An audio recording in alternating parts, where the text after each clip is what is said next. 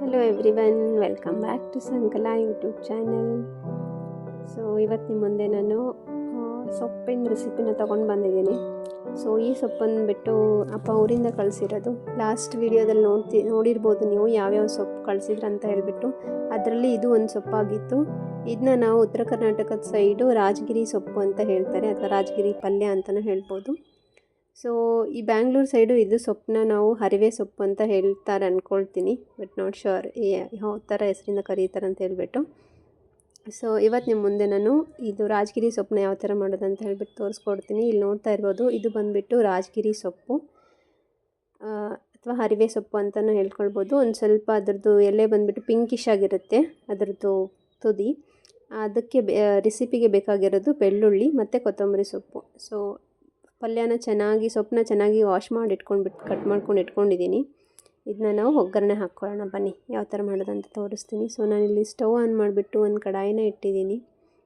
ಆ ಕಡಾಯಿ ಬಿಸಿ ಆದ ನಂತರ ಇದಕ್ಕೆ ನಾವು 1 ರಿಂದ 2 ಟೇಬಲ್ ಸ್ಪೂನ್ ಆಗೋಷ್ಟು ಎಣ್ಣೆನ ಸೇರಿಸ್ಕೊಳ್ಳೋಣ. ಎಣ್ಣೆ ಕಾದ ನಂತರ ಅದಕ್ಕೆ ನಾವು 1 ಟೇಬಲ್ ಸ್ಪೂನ್ ಆಗೋಷ್ಟು ಜೀರಿಗೆ ಮತ್ತು 1 ಟೇಬಲ್ ಸ್ಪೂನ್ ಆಗೋಷ್ಟು ಸಾಸಿವೆನ ಆ್ಯಡ್ ಮಾಡ್ಕೊಳ್ಳೋಣ. ಜೀರಿಗೆ ಸಾಸಿವೆ ಚೆನ್ನಾಗಿ ಫ್ರೈ ಆಗಿದೆ. ಇವಾಗ ಫ್ರೈ ಆಗಿರೋದಕ್ಕೆ ನಾವು ಚೆನ್ನಾಗಿ ಜಜ್ಜಿಟ್ಕೊಂಡಿರೋಂಥ ಬೆಳ್ಳುಳ್ಳಿನ ಹಾಕ್ಕೊಂಡ್ಬಿಟ್ಟು ಮಿಕ್ಸ್ ಮಾಡ್ಕೊಳ್ಳೋಣ.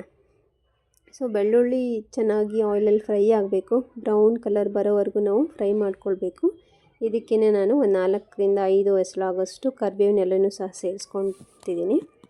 ಸೊ ಇವಾಗ ಒಗ್ಗರಣೆ ಚೆನ್ನಾಗಿ ಫ್ರೈ ಆಗಿದೆ. ಅದಕ್ಕೆ ನಾವು ಚೆನ್ನಾಗಿ ವಾಶ್ ಮಾಡಿಕೊಂಡು ಕಟ್ ಮಾಡಿ ಇಟ್ಕೊಂಡಿರೋಂಥ ರಾಜಗಿರಿ ಸೊಪ್ಪನ್ನ ಸೇರಿಸ್ಕೊಳ್ಳೋಣ. ಸೊ ಸೊಪ್ಪು ಯೂಶ್ವಲಿ ಹೆಲ್ತಿಗೆ ತುಂಬಾ ಒಳ್ಳೆಯದು. ಅದು ಯಾವುದೇ ಸೊಪ್ಪಾಗಿರಲಿ, ನಾನು ಇದೊಂದೇ ಸೊಪ್ಪು ಅಂತ ಹೇಳ್ತಿಲ್ಲ. ತುಂಬ ವೆರೈಟೀಸ್ ಆಫ್ ಸೊಪ್ಪು ಸಿಗುತ್ತೆ. ಎಲ್ಲ ಸೊಪ್ಪಲ್ಲೂ ಅದರದ್ದೇ ಆದಂಥ ನ್ಯೂಟ್ರಿಷನ್ ಬೆನಿಫಿಟ್ಸ್ ಇರುತ್ತೆ. ಸೊ ಅಟ್ಲೀಸ್ಟ್ ವೀಕಲ್ಲಿ 1 ಟೈಮ್ ಆದರೂ ನಾವು ಸೊಪ್ಪನ್ನ ತಿನ್ನಬೇಕು, ಒಳ್ಳೆಯದು ಹೆಲ್ತ್ಗೆ.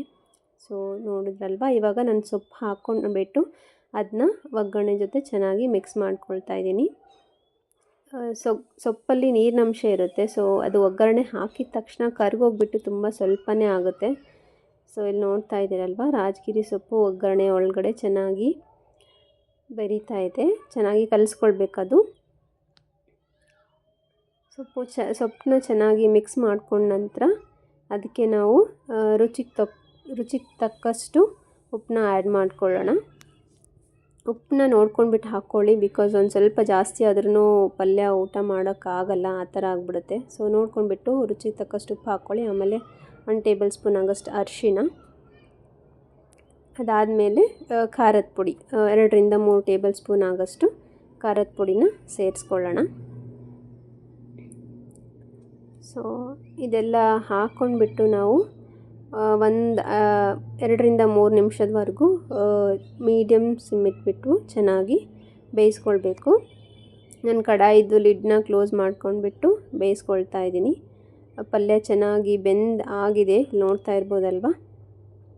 ಸೊ ಎಷ್ಟೊಂದು ಸೊಪ್ಪು ಮಾಡಿದೆ, ಬಟ್ ಅಲ್ಲಿ ನೀರಿನಂಶ ಇರೋ ಸಲುವಾಗಿ ಅದು ಚೆನ್ನಾಗಿ ಕರ್ಗೋಗ್ಬಿಟ್ಟು ಇಷ್ಟು ಪಲ್ಯ ಆಯಿತು. ಸೊ ಈ ಪಲ್ಯನ ನಾವು ಜೋಳದ ರೊಟ್ಟಿ ಜೊತೆ ತಿಂದರೆ ತುಂಬಾ ರುಚಿಯಾಗಿರುತ್ತೆ. ಖಡಕ್ ಜೋಳದ ರೊಟ್ಟಿ ಅಥವಾ ಬಿಸಿಯಾದಂತಹ ಜೋಳದ ರೊಟ್ಟಿ ಜೊತೆನೂ ನಾವು ತಿನ್ಬೋದು. ಸೊ ನೋಡಿದ್ರಲ್ವ, ಇದು ಬಂದುಬಿಟ್ಟು ಉತ್ತರ ಕರ್ನಾಟಕದ ಸೈಡ್ ಸಿಗುವಂಥ ರಾಜಗಿರಿ ಪಲ್ಯದ್ದು ರೆಸಿಪಿ. ಸೊ ಇದಕ್ಕೆ ಒಂದು ಸ್ವಲ್ಪ ಎಕ್ಸ್ಟ್ರಾ ಫ್ಲೇವರ್ ಬೇಕು ಅಂತ ಅಂದಾಗ ನಾವು ಕಡಲೆ ಪುಡಿ ಅಥವಾ ಶೇಂಗಾ ಪುಡಿ ಅಂತ ಹೇಳ್ತೀವಲ್ವ, ಅದನ್ನು ಸಹ ಆ್ಯಡ್ ಮಾಡ್ಕೊಳ್ಬೋದು. ಪುಡಿ ಹಚ್ಚಿದ್ರೆ ಒಂದು ಸ್ವಲ್ಪ ಟೇಸ್ಟ್ ಇನ್ನೂ ಚೆನ್ನಾಗಿರುತ್ತೆ. ಸೊ ನಾನಿಲ್ಲಿ ಶೇಂಗಾದ ಪುಡಿನ ಹಾಕ್ಕೊಂಡಿದ್ದೀನಿ 2 ಟೇಬಲ್ ಸ್ಪೂನ್ ಆಗೋಷ್ಟು. ಅದು ಹಾಕಿಬಿಟ್ಟು ಲೋ ಫ್ಲೇಮಲ್ಲೇ ನಾನು ಮತ್ತೆ 1 ರಿಂದ 2 ನಿಮಿಷದವರೆಗೂ ಚೆನ್ನಾಗಿ ಕುಕ್ ಮಾಡ್ಕೊಂಡಿದ್ದೀನಿ.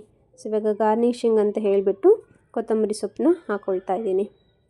ಸೊ ನೋಡಿದ್ರಲ್ವ, ಸೊಪ್ಪಿನ ಐಟಮ್ ಯಾವುದೇ ಇರಲಿ ಮಾಡೋದು ತುಂಬಾ ಸುಲಭ. ಹೋಪ್ ನಿಮಗೆ ಈ ರಾಜಗಿರಿ ಸೊಪ್ಪಿಂದು ರೆಸಿಪಿ ಇಷ್ಟ ಆಯಿತು ಅಂತ ಅಂದ್ಕೊಳ್ತೀನಿ. ಇದು ನಾವು ಬ್ಯಾಂಗ್ಳೂರು ಸೈಡು ಯಾವ ಥರ ಸೊಪ್ಪು ಅಂತ ಹೇಳ್ತಾರೆ ಅಂತ ಹೇಳ್ಬಿಟ್ಟು ಕಮೆಂಟ್ ಸೆಕ್ಷನಲ್ಲಿ ಮೆನ್ಷನ್ ಮಾಡಿ. ನನಗೆ ಐಡಿಯಾರ ಪ್ರಕಾರ ಇದನ್ನ ಹರಿವೆ ಸೊಪ್ಪು ಅಂತ ಹೇಳ್ತಾರಂತ ಅಂದ್ಕೊಂಡಿದ್ದೀನಿ. ಸೊ ನಿಮಗೆ ಈ ಸೊಪ್ಪಿನ ರೆಸಿಪಿ ಇಷ್ಟ ಆಗಿದ್ದರೆ ಚಾನಲ್ನ ಸಬ್ಸ್ಕ್ರೈಬ್ ಮಾಡ್ಕೊಳ್ಳಿ, ಲೈಕ್, ಶೇರ್, ಕಮೆಂಟ್ ಮಾಡಿ ಅಂತ ಹೇಳ್ತಾ ನಾನು ಈ ರೆಸಿಪಿನ ಇಲ್ಲಿಗೆ ಕಂಪ್ಲೀಟ್ ಮಾಡ್ತಾ ಇದ್ದೀನಿ. Thank you for watching this video.